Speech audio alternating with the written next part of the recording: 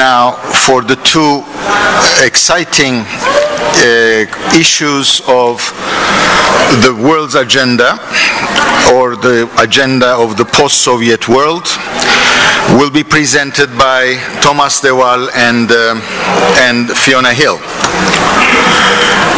Speaking of Thomas de Waal, he has just seen the Turkish edition of his book on Karabakh, which was published, I think, out of the printers today, and it was published by the Hrant Dink Foundation. Is this the original cover too? Was this one of the latest cover of many editions? Yeah. For anyone who's interested in the matter, it is something that you must absolutely have in your personal library. Thomas de Waal is a specialist on the South Caucasus region, comprising Armenia, Azerbaijan, and Georgia, as well as in the Black Sea region. He is the author of the authoritative book on Karabakh, which I just show you the translation of. Black Garden, that's the different one. No, this is the one. Black Garden. Black Garden, Armenia and Azerbaijan through peace and war, which has been translated into Armenian, Azeri, and Russian, and Turkish now. The Caucasus, an introduction. His book, Great Catastrophe, Armenians and Turks in the Shadow of Genocide, will be published by Oxford University Press in January 2015, and I suppose we will have a great debate on that book as well, even before it is published in Turkish. Fiona Hill holds an MA in Soviet Studies from Harvard University, an MA degree in Russian and Modern History from St. Andrews University, a rather windy place, St. Andrews, in history, and PhD in history from Harvard. She's pursued studies at Moscow's Maurice Thorez Institute of Foreign Languages. Hill is a member of the Council on Foreign Relations and a member of the Board of Trustees of the Eurasia Foundation. She's a commentator on Russian and Eurasian affairs, researched and published extensively on issues related to Russia, the Caucasus, Central Asia, regional conflicts, energy, and strategic issues. She's also the co-author of the published book, Mr. Putin, Operative in the Kremlin, and if you really want to read a good profile in the making of a, shall I say, ordinary dictator, that really is the book to look at, and I understand Fiona is working for an expanded edition of the book. We'll start with Thomas de Waal, and it was quite obvious from the previous panel's discussions that the issue of Karabakh, who's right, who's wrong, what can be done, and all that is in the minds of most people who are attending this conference. I have read both papers, and both papers, in my judgment, are extraordinarily well written, very informative, and very succinct. In that sense, I have just one question, since I cannot question any of the facts with my current knowledge. The Waal paper comes to the last section, the conclusion, which is about a page and a half, giving you the darkest imaginable picture about the Karabakh conflict. The longest conflict from the post-Soviet era, and all frozen conflict and all that. And then, I guess somebody intervenes, Providence intervenes, and the conclusion suggests that we have reason to be hopeful. I'm really very curious, Tom, to figure out how you got from there to here. Okay. The floor's yours, and you have 20 minutes. Thank you very much, Mr. Özel, and my warmest thanks to the Hrant Dink Foundation for putting on this very important event, and also for inviting me.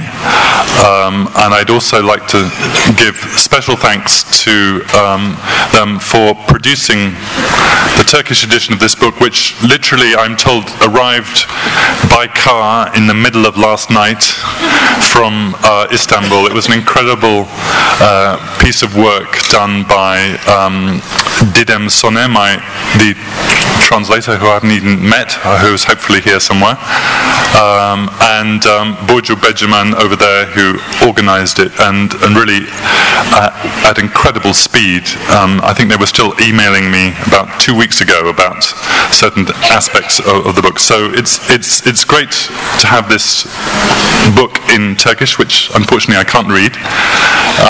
And of course the title in English is Black Garden, and of course it's rendered into Turkish as Karabakh, so that's very, very appropriate. As Mr. Özel said, Karabakh is the oldest conflict in the former Soviet space. It goes all the way back to February 1988, when everything was quiet in the Balkans, everything was quiet in the Baltic states, nothing was happening in Georgia, and suddenly, of all people, to come out onto the streets in the Soviet Union and start protesting, it was the Armenians who started to come out on the streets in February 1988, to the surprise of almost everybody. The first mass demonstrations in the Soviet era, the first strikes, everything happened in February 1988. It was the first stone in the avalanche that swept away the Soviet Union happened in Karabakh. This conflict, unlike some of the other conflicts we've seen in the post-Soviet space, was very much a conflict from below. This was not a conflict which was decided on by elites. This was a conflict where the elites played a role, but there was very much a conflict which was organic, that happened from below. And this conflict, of course, persists. Mikhail Gorbachev failed rather dismally, and this is all in the book, to resolve it, and many other people since have failed to resolve it. And it's still the most dangerous conflict, I would argue, in the post-Soviet space. And the Karabakh ceasefire line is also the most militarized zone in Europe. More than Donbass, even though more people are dying in Donbass. We're talking about a ceasefire line across what is de jure Azerbaijani territory of maybe 150 kilometers, 20,000 soldiers on either side, heavy weapons, helicopters, drones, artillery, and 6 unarmed European monitors who twice a month visit the ceasefire.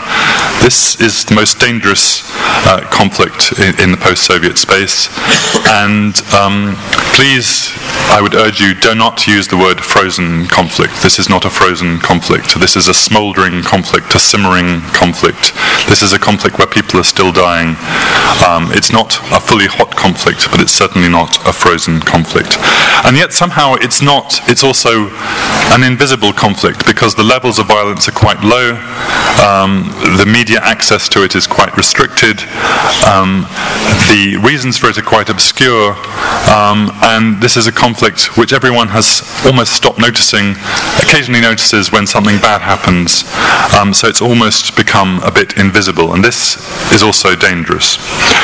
And this is a conflict which has also had ripple effects. It's resulted in the closed borders of Armenia, including the subject of this conference, the closed Turkish-Armenia border. It's affected Azerbaijan acutely. It's affected the whole region. It holds back the whole South Caucasus region. So this is what this book is about. This book I embarked on in the year 2000, when there wasn't really any decent book on the Karabakh conflict. There was only some rather subjective and biased books on the conflict, and I made it my business to investigate the conflict on both sides, Armenian side and Azerbaijani side. I went back and forth over the whole year, interviewing as many people as I could. It became a kind of fact-checking exercise, a demythologizing exercise, in which I tried to go back from one reality to the other, from Armenian reality to Azerbaijani reality, to try and work out what really happened in the Karabakh conflict. And I joked at the end of the exercise that I was suffering from schizophrenia, because half of my brain was dealing with the Armenian realities of the conflict and the other half with the Azerbaijani realities of the conflict.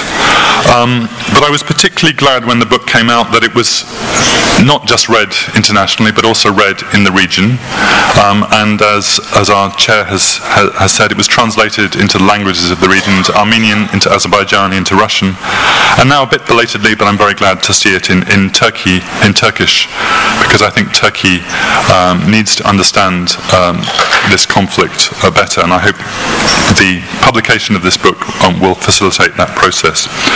I updated the book last year, and 10 years on, again with rather black humour, I called to myself mentally, we didn't change the title, but mentally I called the book Even Blacker Garden to myself, because when I had to review what had happened over the previous 10 years, it had actually got worse rather than better. But I was asked, why be at all hopeful? Well, I have one episode in this book something I'd wanted to do but didn't have time before, and so I described this in this book. With some colleagues, I went to a village in Georgia. The name is Khojoni. The first thing you come to as you enter this very poor village in southern Georgia is a war memorial from the Second World War. There's about 100 names on it, and you look and you see about 70 of the names are Azerbaijani names, Mamedov and Husseinov and so on, and the rest of the names, about 30 names, are Armenian names, your kind of Grigorians, Mansourians, etc. This is a mixed village in Georgia, and the population is still mixed. 2/3, 3/4 Azerbaijani, the rest Armenian. The only Georgians we met exploring this village in the afternoon were a couple of policemen. And these people get along absolutely normally. They go to each other's weddings and funerals, they go to each other's houses. And, they talk to each other's children. And this is only 2 miles from Armenia and about 20 miles, 30 kilometers from Azerbaijan, this village. So this, I think, shows us it's that on one level, a non-political level, Armenians and Azerbaijanis still know how to interact, know how to get on the territory of Georgia. This obviously doesn't help the Minsk group, doesn't help the facilitation of the process, but it's a reminder that if the politics can be fixed, Armenians and Azerbaijanis still have an enormous amount in common. They know how to interact, they understand each other, they can interact together. So that's, as it were, a paradoxical aspect of this conflict.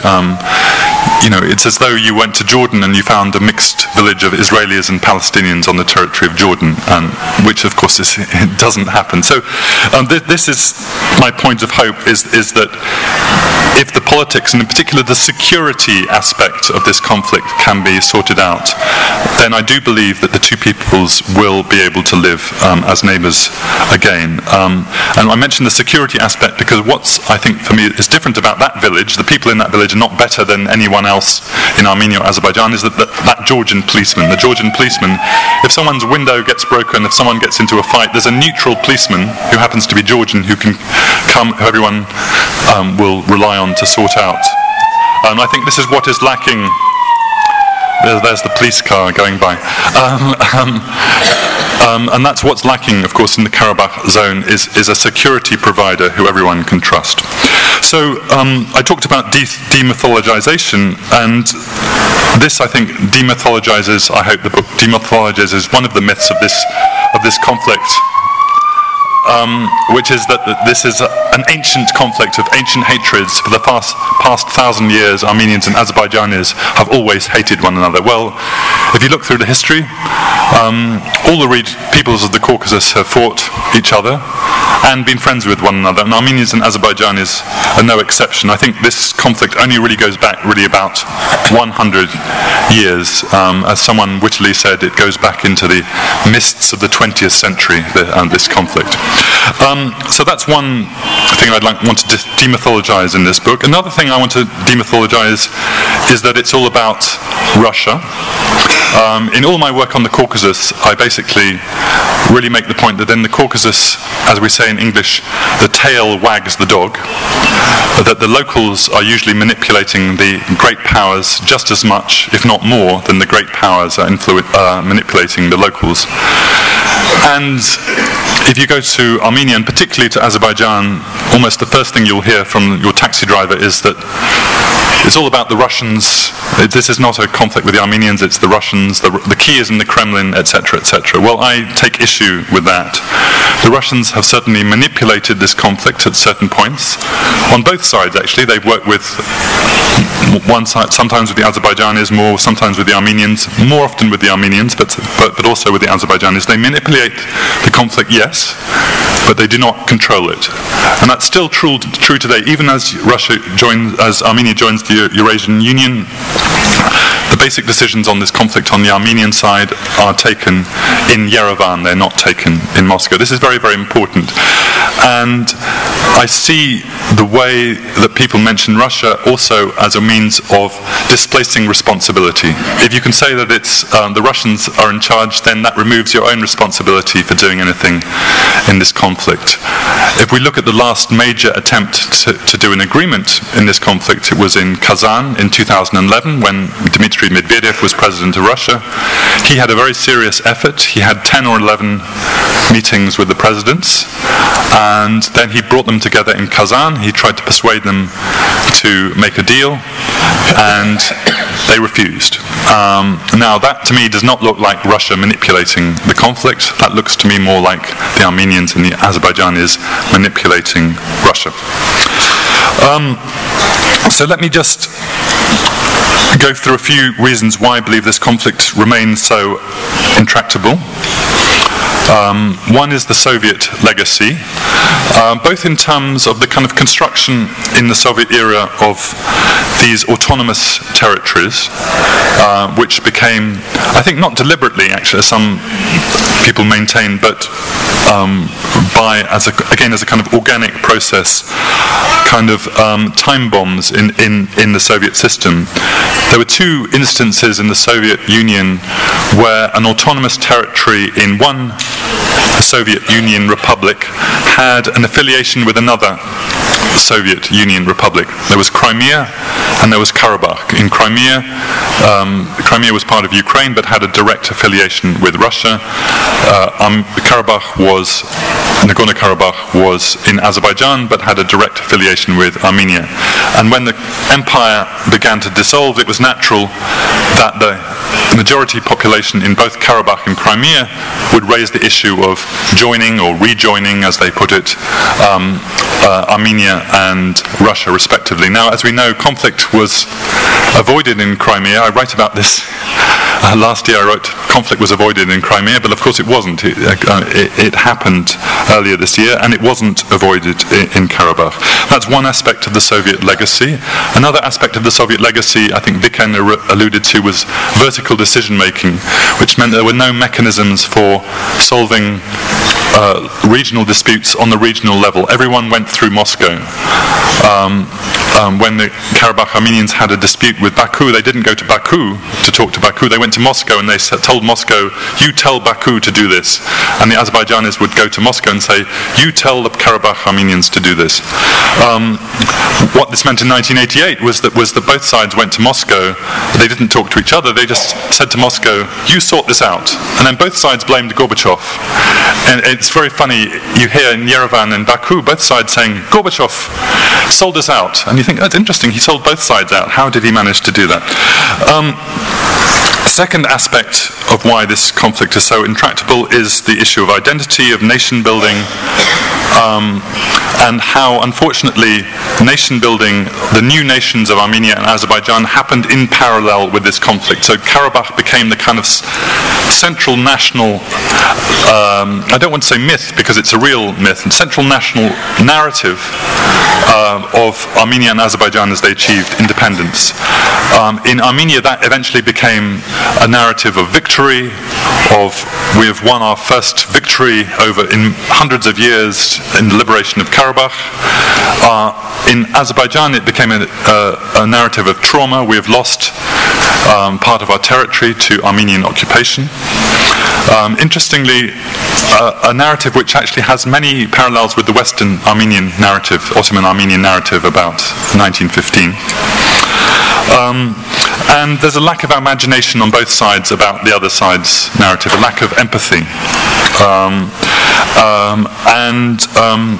There's also what I would call the big brother syndrome here, that in the Armenian narrative, Azerbaijanis, they're Turks, and therefore this is a kind of proxy war by Turkey. Thank you. And on the Azerbaijani side, they see not Armenia but Russia. So again, a failure of imagination to deal with the other. A third aspect of this conflict which makes it so intractable is it's become, over time, a domestic political instrument. We see this in the summer, when both Armenian government and Azerbaijani government, both of which have domestic issues. There was fighting on the Karabakh ceasefire line. Both said, we're at war. They flew the flag, and the population rallied round, and it was a good way to neutralize the opposition to use the Karabakh conflict, which is a disincentive to engage in a peace process, because you can use this as keeping the status quo is a good instrument. And finally, and here I'm again go against the grain, going against the current, I would say one of the reasons this is not solved is not, as some people say, because the Caucasus is a geopolitical chessboard and the clashes interests of great powers.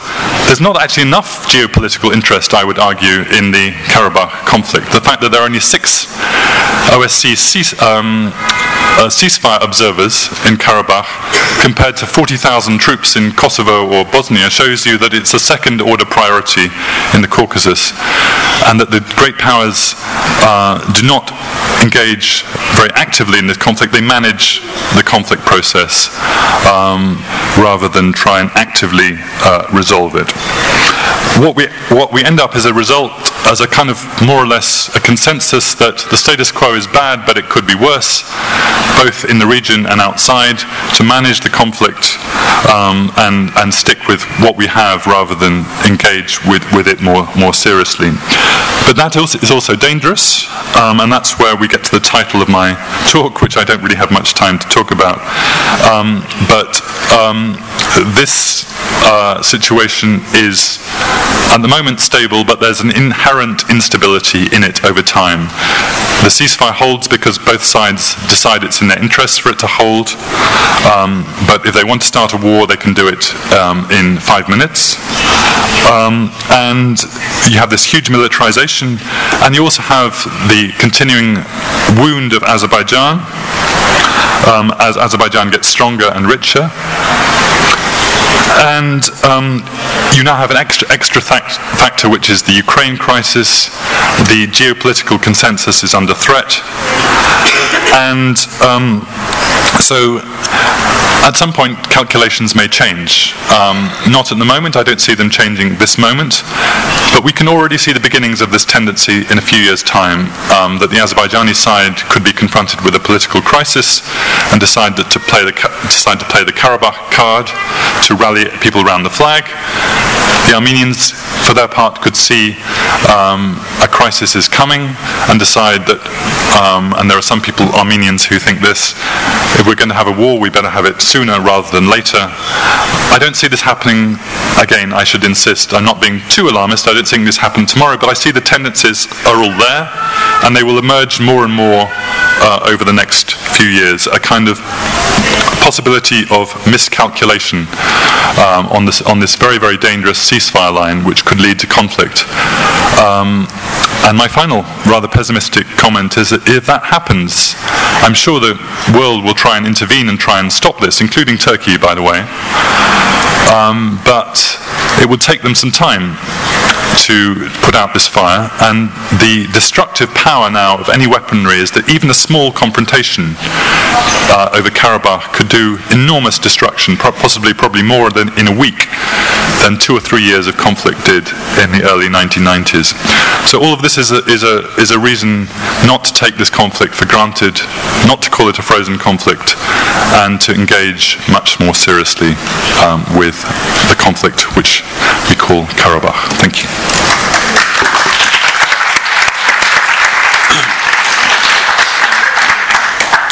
Thank you, Mr. De Waal, for the very uplifting ending, which actually tailed Viken Cheteryan's ending in the last panel.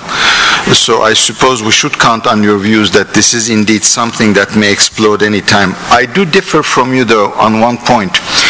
I mean, it's not as if the world is not interested, or the great powers are not interested in the Middle East, that the Middle East is not the hell that it is. And I'm wondering if Bosnia and Kosovo were, in a way, products of a moment of enthusiasm when especially the Westerners thought that they could actually do something, and as a matter of fact they haven't. They put things in the deep freeze, certainly in Bosnia, and they haven't really solved it politically either. So anyway, but the point is taken. Now we come to Russia and the Ukraine. And of course, this has been in the news far more frequently than Karabakh has been. And everybody wonders what Putin is thinking, what Putin has thought of, whether or not it was all premeditated, and whether or not the Russians did not overcome the loss of empire. I mean, we know that the loss of empire is a pretty traumatic thing. We feel now a latent unease in Turkey about loss of empire about 100 years later.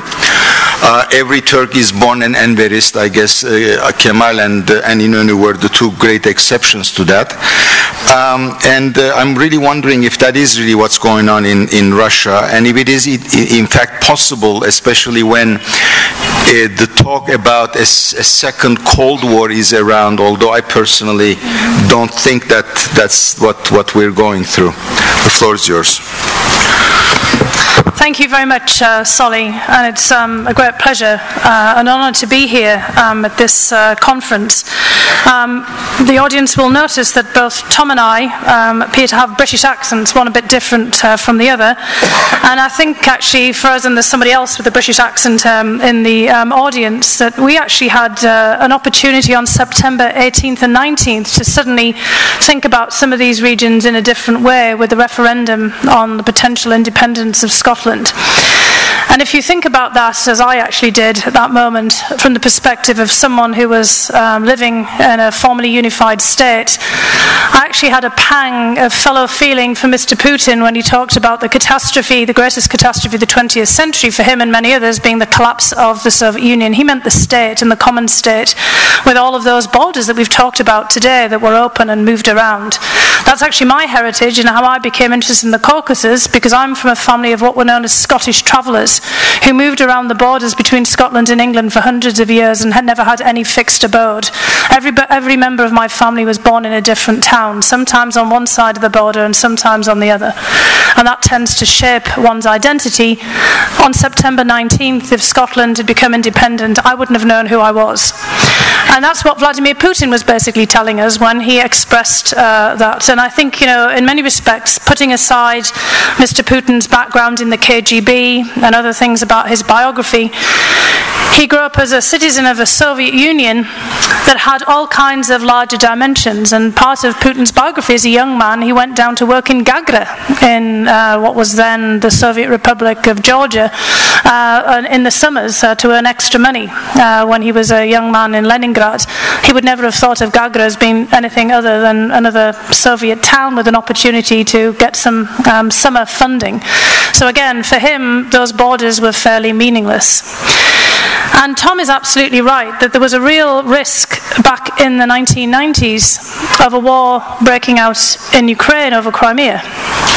Prior to 1994, and the time when Tom and I and many others were starting to look at the situation in the Caucasus, there was actually a real risk of war breaking out between Russia and Ukraine over Crimea. It was resolved by what now appears to be some very temporary solutions. The Budapest Memorandum, for one thing, that gave assurances to Ukraine that its territory would not be changed, obviously not a very strong assurance.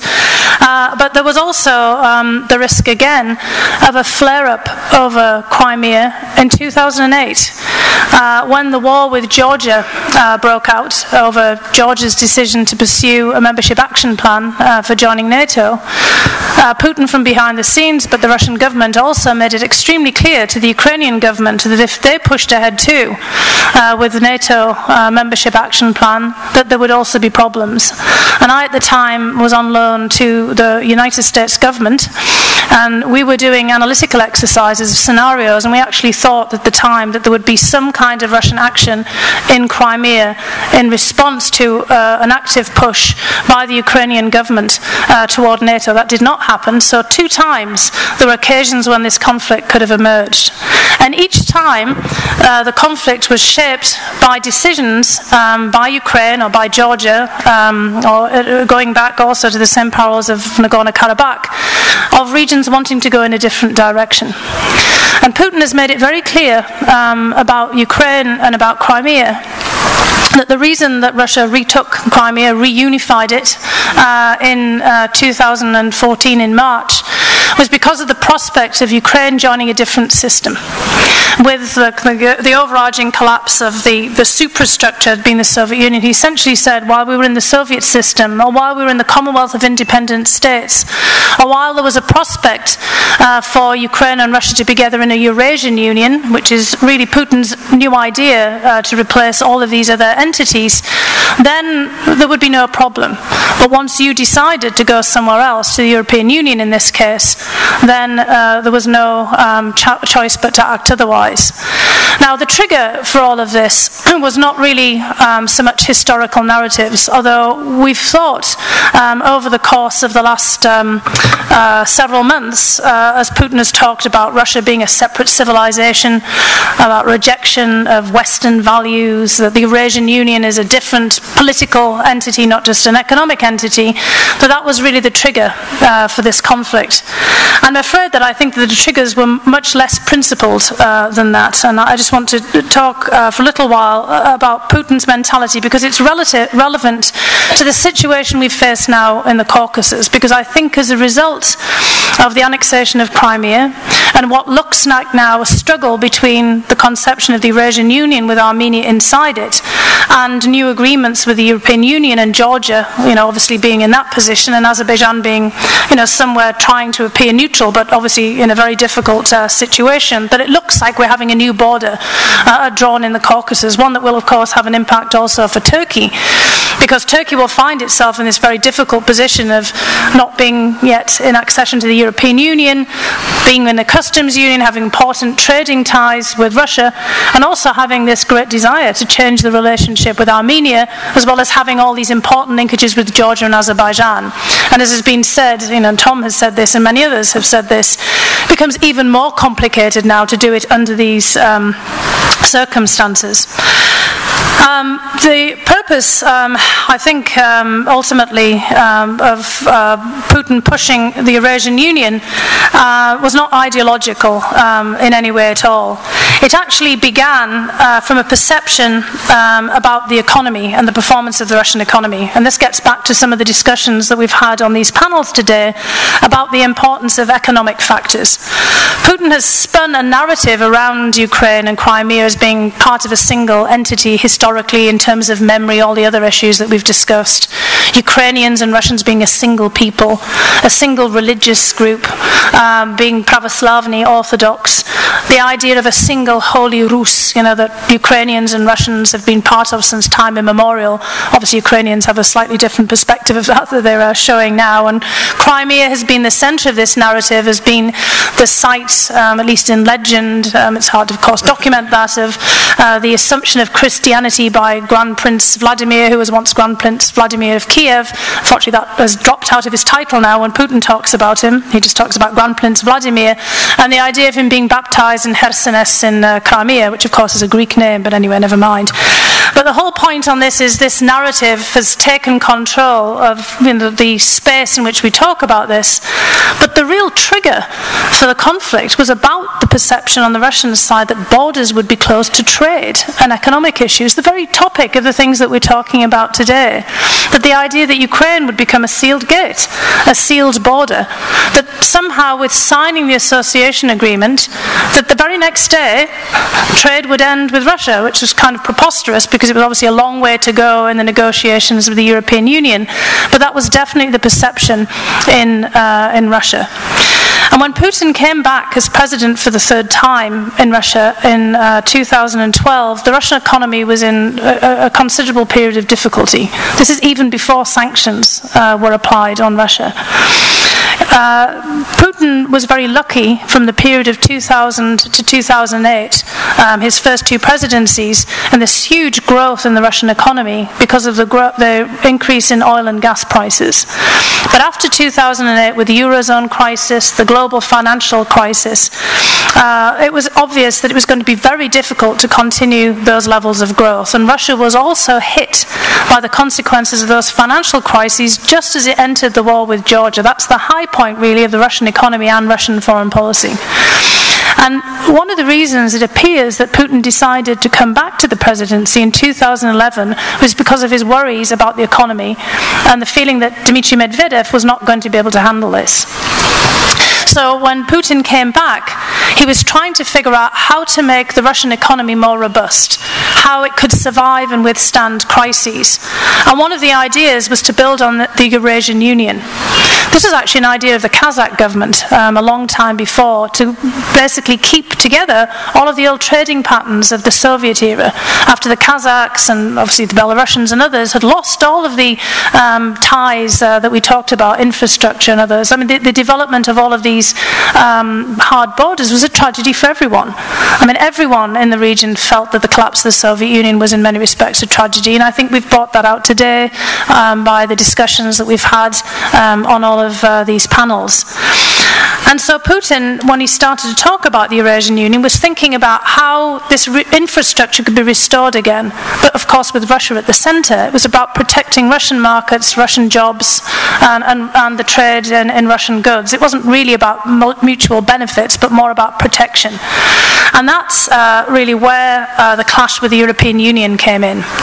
There's certainly a dimension where Russia also feels threatened by the political aspects of the European Union. It's something obviously in Turkey that's a major debate about governance and about what the political aspects of joining with the European Union mean. And for Russia, which is a very opaque political system, very much personalised and centred in an inner circle around Putin, a lot of the regulations and the laws and the transparency of the European Union would be detrimental to this way of doing business. And so Putin also saw that as a problem. The fact that the European association agreements with Ukraine, with Moldova, with Armenia, with Georgia, and potentially with others, would become a problem for his way of doing business, which is done on elite levels, people-to-people agreements and deals. He felt very comfortable with the deals made with people like Viktor Yanukovych. Very easy to make a deal with somebody who likes to be bribed, as Yanukovych made clear when he fled the country, leaving all of the paperwork behind, showing exactly how he did business. But Putin also wanted to continue these same patterns with other regional leaders. It's very threatening to have them have alternatives and different ways of doing business. It would make it much more difficult for the Russian economy to function in the way that it had before. So the clash really comes over this expansion of the European Union, and with the European Union's effort to try to make the states that it associates with become more and more like other European states. I mean, Turkey's having a lot of dilemmas over this. Of course, it would have been a long way for Ukraine to even get anywhere close to where Turkey has come with its arrangements with the European Union. But Putin also very clearly recognised that if Ukraine was not in the Eurasian Union, it would be pretty meaningless. Basically, if you take together the collective populations of Ukraine, Moldova and Georgia, that's 62 million people that would be potentially part of Russian markets and Russian political space that would move in a different direction, Ukraine being the largest of all of these. Russia would no longer be the main trading and economic partner around the region. And I'll just give you a little quote from a very senior European official and talked about a meeting that he had with Putin in May of 2014, where Putin personally complained to him about his perspective about the association agreements. He claimed that the European Commission had consulted Russia directly when Croatia was about to enter the European Union in 2013. And he said, our trade with Croatia is meaningless. Croatia wasn't part of the Soviet Union. I mean, we always had real borders with Croatia back in the time of it being Yugoslavia. He says, they'll talk to me about Croatia, but they never talk to me about Ukraine. Why won't they talk to me about Ukraine? And the officials said that Putin's personal sense of affront in these discussions about Ukraine was very clear. And this official just put his finger, I think, directly on the problem from Putin's perspective.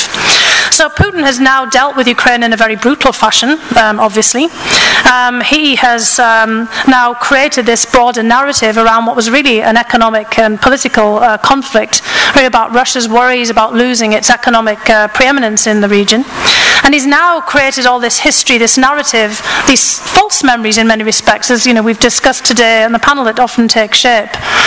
The most egregious of these that I want to mention is the creation of a new narrative about World War II that has emerged out of this conflict, which again can have very dangerous implications here for the Caucasus. And I'm not sure how much Tom talks about this in the case of Karabakh, but if you think about World War II, Stalin, of course, engaged in the mass deportation of peoples from both the North and South Caucasus and from elsewhere within the Soviet Union, based on the perception of some peoples being enemy peoples of the Soviet Union. Putin has now translated that into enemy peoples of Russia. Ukrainians have become, over the course of this conflict, a fifth column, an enemy people of the Russians, something that Ukrainians have not been throughout the whole of the Soviet experience after the 1950s, when there was the final end of the Ukrainian partisan movement. Putin has accused the Ukrainians of being fascists, of being Nazis, of being the henchmen of Hitler, and has accused them of roles that is very hard to play out in reality in the historical narrative about World War II, in spite of the history that we all know about the Ukrainian partisans and the nationalist movement. This has happened before, again in the Caucasus. In the 2000s, the Chechens were accused of being enemy people, and we know, of course, that the Chechens were also deported during World War II by Stalin. The Georgians were also accused during the 2008 war of being enemy peoples and had a similar experience during World War II. And some of the Estonians in 2007 in a dispute over the war memorial in Tallinn. This is a very dangerous territory to move into. And this is why I am very worried now about the impact of this conflict in the Caucasus, where there are already different narratives, competing narratives of who is an enemy and who is not. This makes it much more difficult to address these issues. The larger point that I want to leave us with just in the last few minutes, however, is that this still remains with, even as Thomas said, there's a darker picture in Nagorno-Karabakh. There's also a slightly more positive picture in the Caucasus that's possible. Ultimately, Russia doesn't actually want to end its economic, trade and other relationships with either Europe or anywhere else in the immediate region.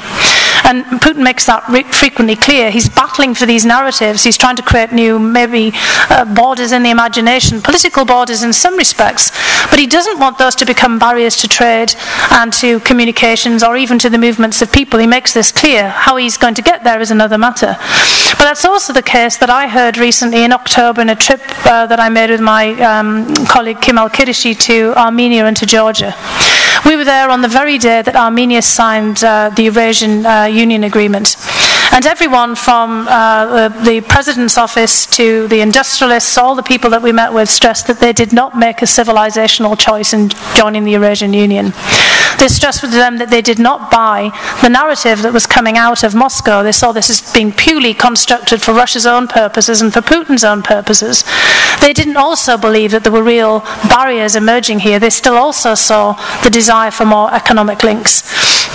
But given their understanding of Russia's position and all the security and economic imperatives that we've talked about over the course of the day today, they didn't feel they had any choice in signing the Eurasian Union agreement. It was just something they had to do. But they kept asking for other alternatives, for new, more inventive approaches. They also pointed out that one of the reasons that they were nervous about the association agreement was because of the fears of losing their trade with Turkey. The fact that it had not been thought of of in the course of the negotiations with Europe about how the trade with Turkey through Georgia would be carried out, because it's usually behind the scenes, off the books. It's not done in an open manner. And again, they were talking about the European Union failing, to see these perspectives as well. So again, a clash of the kind of bureaucratic approach of the European Union towards the region coming into conflict with Russia's anything but bureaucratic approach.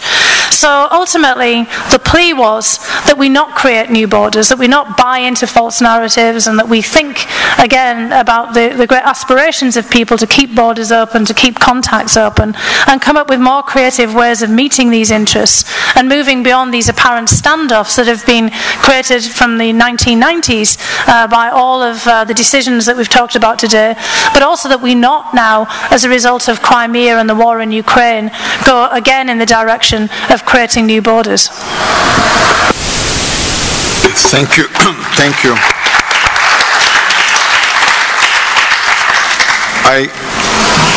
Before I open this to the floor, in your paper, you put more emphasis on the weakness of the European Union in the way things have unfolded, especially after 2008. And you also were very critical of the policies and goals of the European Union, the point that you made at the very end. But I also have an impression from both your paper and your presentation that Putin is like Lenny in Of Mice and Men, he hugs you so tight. He loves you, but you die. And this Armenian official who told you that they were not making a civilizational choice is actually expressing a point of despair, is he not? They boxed because of Turkey. Boxed kind of because the European Union is impotent, and they are beholden to Russia, especially when Azerbaijan is making a lot of money and spending $4 billion a year and all that. So I'm wondering if, and also, to the best of my knowledge, when at the end of Gorbachev's rule there was a poll in Russia, in the Soviet Union, people didn't want to secede. Yeah. It was after the coup that the elites decided to secede, and then Yeltsin basically said, I don't need the internal empire either.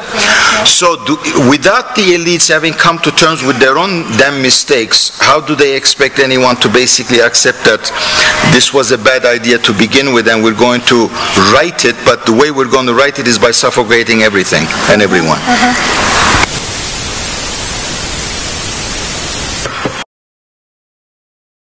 Well, Soli, that's absolutely right. The breakup of the USSR, as most people here know, was done behind the scenes in a wood in Belarus, partly as the result of internal fighting among the elite, all against Gorbachev, and it wasn't the decision that was made at any kind of level of the people.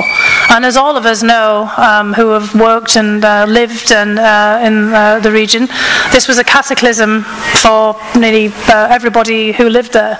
And there was great resistance on the part of the Central Asian states, for example, of being even kicked out of the Soviet Union. They didn't want to go anywhere. Now, of course, we've had 20, 25 years of people trying to create new states, and those have been built on all of the conflicts and dilemmas that we have discussed here. But yes, many countries still feel trapped, and I think Armenia is one of the finest case in point. I first went to Armenia actually in 1988 before the earthquake. I went there just actually as the whole Karabakh movement was taking place, and I met Petrosyan then, and then I later met Gerard Liberidian when I came to Harvard and worked as an intern for him very briefly. And I have to say that in all the time of going back to Armenia, I see the situation actually there getting worse. I think Yerevan is very deceptive in terms of giving people a picture of change in Armenia. Armenia has become more cut off. The infrastructure is still in ruins. There are parts of Armenia that nothing has ever changed. There's no industry. People have left there. And it really epitomizes the great tragedy of the collapse of the Soviet Union. Kemal and I went to Alaverdi, which which is one of the largest copper mine complexes in the world, actually. And times it started off in the 1700s with a French entrepreneur moving in before the Russian Empire was even really there in the region. It became one of the largest complexes in the Soviet Union. The whole thing is just empty and cannibalized now. They're still extracting copper, but kind of selling it however they can on the market. And the place is like some scene from some horrible hell with smokestacks and just total devastation. And the people of Alaverdi are just kind of making do on the remnants of this. And the reason for giving that kind of picture, because every industrial city you go to in Armenia says the same picture, that they lost all of the contacts and they've not had the opportunity to build up new contacts, new trade routes, because they've been blocked in. And that's really the message that came across during these meetings in Yerevan. Yes, it was definitely a plea, we don't want to have a civilizational choice here, but we had no choice, because 40% of Armenian budget comes from remittances from Armenians in Russia. It's not just the diaspora in the Middle East, Beirut, or in the United States. It's the security provisions of Russia, still with the fears of Nagorno-Karabakh. And the European Union, getting back to which I was quite critical in the paper, but I didn't want to get into that for the interests of time, was quite heavily criticised by not seeing these problems. That the European Union Association Agreement was a one-size-fits-all, not really thinking about the dilemmas of Armenia and how to kind of address these problems and how to factor in the different relationships and how to think about this one-way trade from Turkey to Armenia and what would happen to it. Now it seems that the European Union is backtracking, is looking at these issues. There's a whole review of the European neighbourhood policy where they're talking about looking at things at bilateral level, not just one association agreement. But it may be too late in some respects. The window that we've all talked about here that has been open for some kinds of discussions may be closing, and it does actually put an emphasis now on the relationship with Turkey as well, and Turkey's own relationship with Russia. We're going to have a very difficult time ahead, because with the sanctions imposed on Russia, Russia's itself looking for diversification of its foreign policy options, and will squeeze and hug, as you mentioned, Armenia and the other countries even closer to it as a result of this, to make sure that they don't go anywhere. Günü kapatırken çok iç açıcı değilse bile son derece içerikli dolu. So while we are closing the day, even though they were not that optimistic, they were very comprehensive and enlightening. For that reason, I'd like to now get to your questions and comments on the two presentations.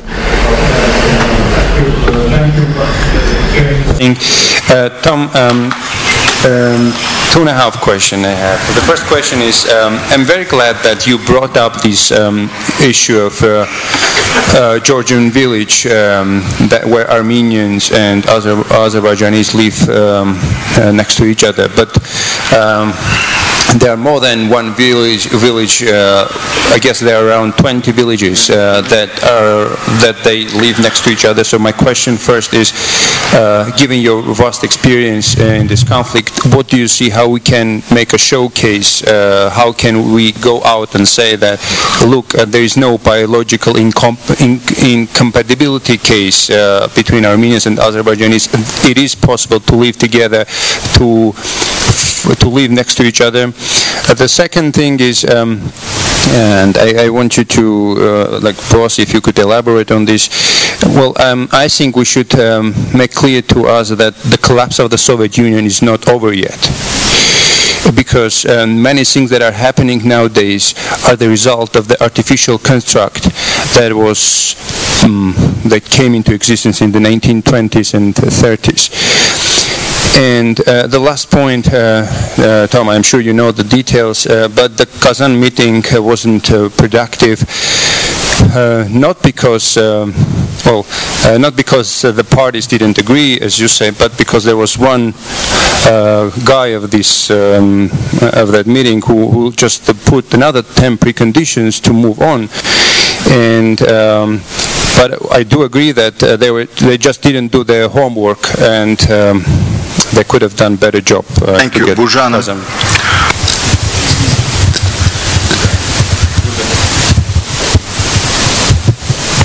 Hi, Burcu Gültekin. I will ask Fiona for clarification.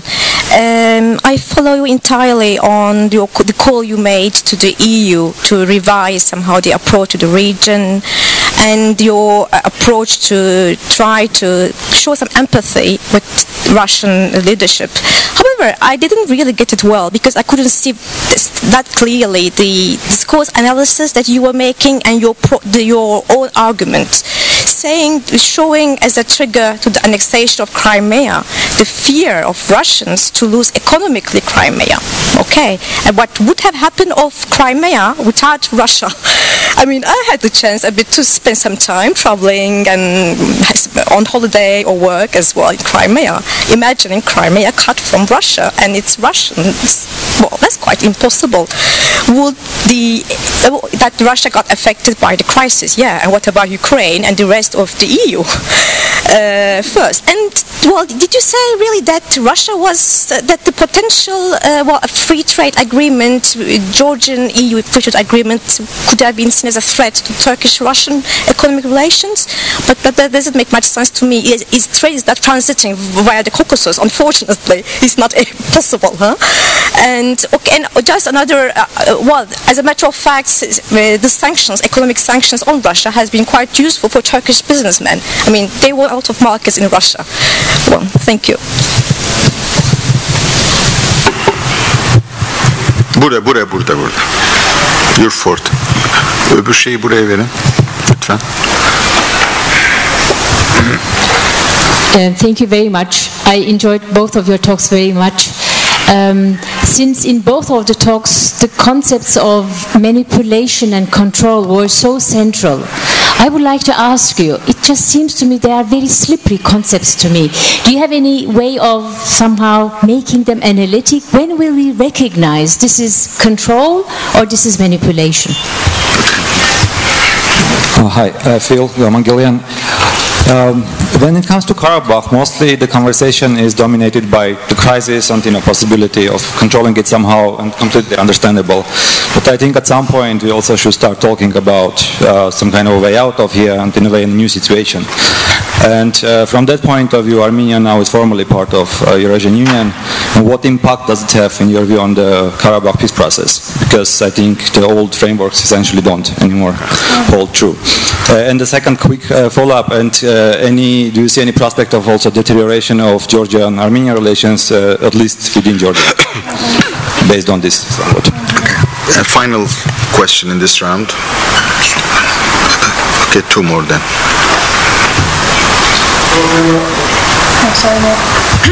Okay, it's Hello, Emil Sinamyan. I wanted to maybe challenge Fiona a little bit on explaining rationale for Russian reaction to Ukraine. Certainly, by having done what they have done, they have cut off Ukraine in many ways that maybe they didn't intend initially. The only rational explanation I was able to observe came from Baradai, I forget his first name, before he was dispatched himself to Donetsk. He gave an interview saying that, that the Russian population is declining or has been declining historically in comparison particularly to minorities in Russia, so it would be nice to cash in, 20 million Slavs from Ukraine and attach them to Russia to sort of give a Russian population a boost. And that's the only way I can think of this conflict making any sense from Russian perspective. Do you think that that kind of thinking, maybe fascistic thinking, maybe ideological thinking, the way you want to describe it, has made it into Putin's calculations?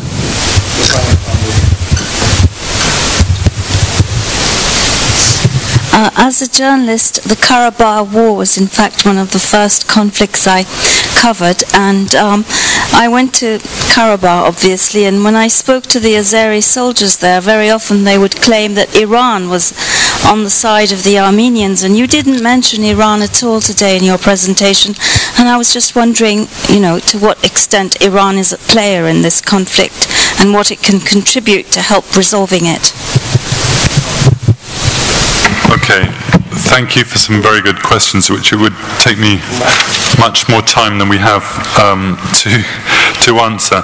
On your questions, let me tell you a brief anecdote, which was how I was interviewing a retired Azerbaijani general in Baku who had fought in the war. He's in the book. I think I mentioned this anecdote in the book, actually.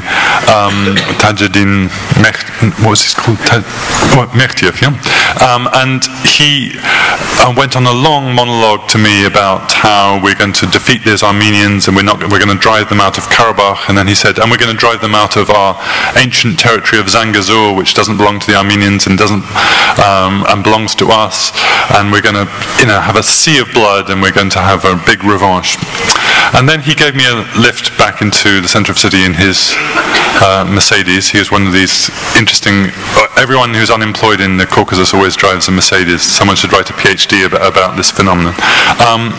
But that's by the by. And then he said to me, "Oh, you're going to Yerevan. You must look up my old friend. We used to hang out together. I think he's now the chief of staff of the Armenian army. A great guy. We used to hang out every Sunday together. Give my best regards to him." So there's always this double narrative in here. And I think the point about the Georgian village is that the positive side of the narrative is allowed to emerge in the Georgian context when there's not the political pressure. You make the point in your paper that the lingua franca is being lost.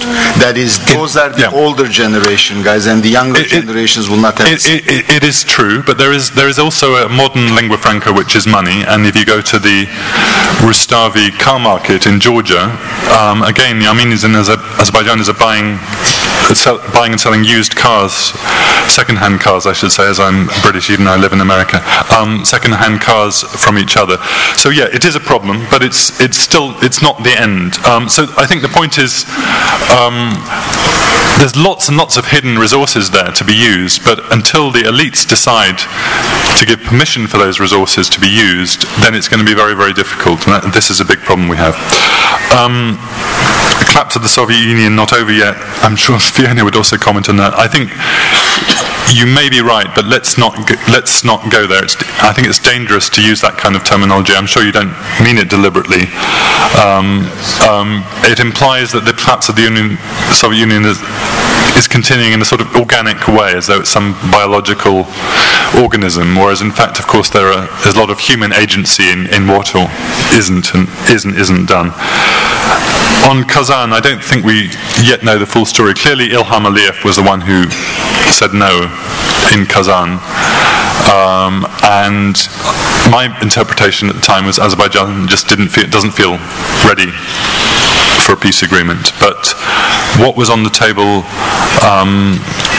was, I think, not a bad agreement, but there were hidden agendas there as well. And again, if there is a Russian agenda in this, it's about Russian peacekeepers, using Russian peacekeepers, and we don't quite know whether that was in the background at Kazan. Your point, Lali, about manipulation and control. Well, I'm not an academic, I'm more of a kind of journalist / writer. All I can do is observe that there are still issues, for example, where the Armenians are clearly being encouraged to do something, shall we say, by the Russians, and not doing it. And we see many instances over the last few years, including, for example, to recognise the independence of Abkhazia, and all the way, lots of instances to do with, again, Russians wanted certain things during the war. So, Armenian side still is deciding that certain things are maybe in Russia's interests, but are not in the interests of Armenia. Will that continue indefinitely? Well, we shall see, which gets to your question about Eurasian Union. I don't actually see the Eurasian Union as a kind of end of Armenian sovereignty. For one thing, I think the Eurasian Union is not going to work. I think in about 3 or 4 years' time, the whole project will collapse, and Armenia will try and tiptoe away from the wreckage. It will lose. I think Armenia will lose 5 years on a project which is going to fail, is my prediction, and which is a tragedy in itself. But I don't think this is the end of the story here. for me, the key point, and I think Gerard Riberdian, is he still here? But maybe he's round the corner, I just can't see him, makes this point always very eloquently. If Armenians and Azerbaijanis decide to talk to each other seriously, then no geopolitical actor is going to prevent them from doing so. It's about getting over the psychological moment about talking to the enemy, which is particularly difficult on the Azerbaijani side, given that they are the losing side. It's deciding, getting through the psychological moment, we must talk to the people who defeated us about a common way out. That moment has not arrived on either side particularly, but particularly on the Azerbaijani side. Amber, you asked about Iran. I think Iran is the kind of the dog that doesn't bark in the Caucasus. And I think Viken put it quite well earlier when he said that Iran has decided not to be a geopolitical actor in the former Soviet Union, and so the Iranian attitude is basically we want to counterbalance Azerbaijan from being too strong by giving economic support to the Armenians, but we also want to keep our relationship with Azerbaijan open. So a very delicate game that the Iranians are playing, supporting the Armenians more, but not 100%. I think that's what they're trying to do. Thanks. A couple of points to pick up where Tom left off there about the idea of how to get Armenia and Azerbaijan to talk directly. The moment might actually be coming in this issue about Russian peacekeepers in Nagorno-Karabakh. I mean, you're actually seeing, for example, we didn't answer the question about the deterioration of Georgian-Armenian relations.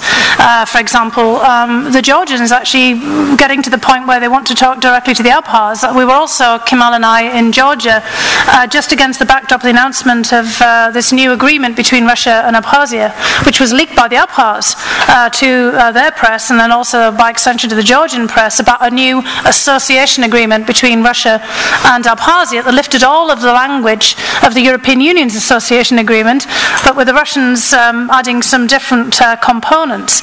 And the Georgians, have realized since the war in 2008 that the mistake on their part was by not dealing directly with the Abkhaz and South Ossetians. I mean, many tried, but there was always this element. And there's a real desire to head off any kind of deterioration of the Georgian-Armenian relationship on both sides of Georgia and Armenia over the issue of the Armenian minority in Samtsev-Khiti. In fact, we heard from Armenian senior officials this great desire to have those Armenians learn Georgian as their lingua franca, not just using Russian. Because this gets to the whole point of manipulation, of Russia being able to manipulate the idea of Russian speakers. And this is where many of the dangers come in here, about some of the things that we've talked about here. The Armenians actually do already see the Eurasian Union as something temporary, as a personal project of Putin's. They actually do see this as coming from economic premises, and they don't buy the narratives that have gone around this. And I'm sorry if I confuse the issue. I mean, I had a long paper and I was trying to stick to my 20 minutes. But I didn't suggest it was about Crimea. I think Crimea is just a contingency plan that Putin put in place to get leverage over Ukraine. When if I misspoke, I apologize, because I thought I was saying that Putin was worried about the loss of Ukraine, not the loss of Crimea. I mean, Crimea is a tool. Putin does not care, I'll put it this way, quite openly, and I know this is going out in public, about Russians, ethnic Russians, and that gets the other kind of question, or really about Russian speakers. It's a tool for manipulation, which leads to control. If you follow the analysis, why do you manipulate? You manipulate to establish a degree of control. And this is the whole book that I've written about Putin. I mean, he's a KGB operative, and it's all about looking for vulnerabilities and weaknesses.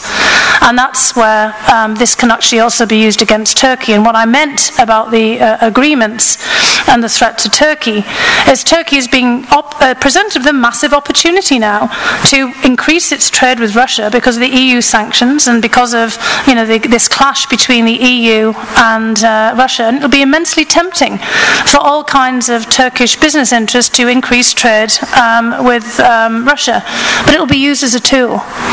Because what we have seen over and over again with the Eurasian Union, with other entities, is that Putin's way of looking at these things is as leverage and as a tool. I mean, again, I'll send you a copy of the book where I take pages to explain all of this, because it's difficult to explain. Putin's whole perspective on capitalism and the market is shaped by the Soviet experience. In the Soviet experience, the only market was the black market. And when Putin joined the KGB in the 1970s, the black market and the KGB would join together. It's a fact, and it's very well documented. Basically, the KGB operatives were at the head of many black market and criminal consortia in Leningrad and elsewhere from the 1970s through the 1980s. It's very well documented by people who work on this, because they were running operations against Western business people and diplomats as part of the KGB's way of trying to infiltrate through counterintelligence. Putin still approaches business in that same way. And the evidence of the way that Yanukovych was manipulated in Ukraine is out there. Yanukovych left it all behind. He tried to throw it in a lake. He didn't shred it. He tried to flush it down his toilet. He left it behind in cases. The Legatum Institute, loads of journalists have documented, using the materials that Yanukovych left behind, just exactly how his family connections and his own, basically corruption was exploited by the Russians. And I'm afraid it's a sad fact, but that's exactly where the ways of doing business are made. And Putin's mentality is to look for that kind of leverage, to build on these kinds of ties. And that's why Crimea is also a tool. It's creating that narrative that Russia has a historic right to Crimea. The narrative only, of course, begins with Catherine the Great. It doesn't go back to the Ottoman history of Crimea or to the fact that Crimean Tatars are actually Turks. That's not talked about in Putin's narrative. And he only talks about the Ukrainian narratives that also fit into this larger picture to use again as leverage. And that was the message that I was trying to create here. We have to be very, very careful about how we read this.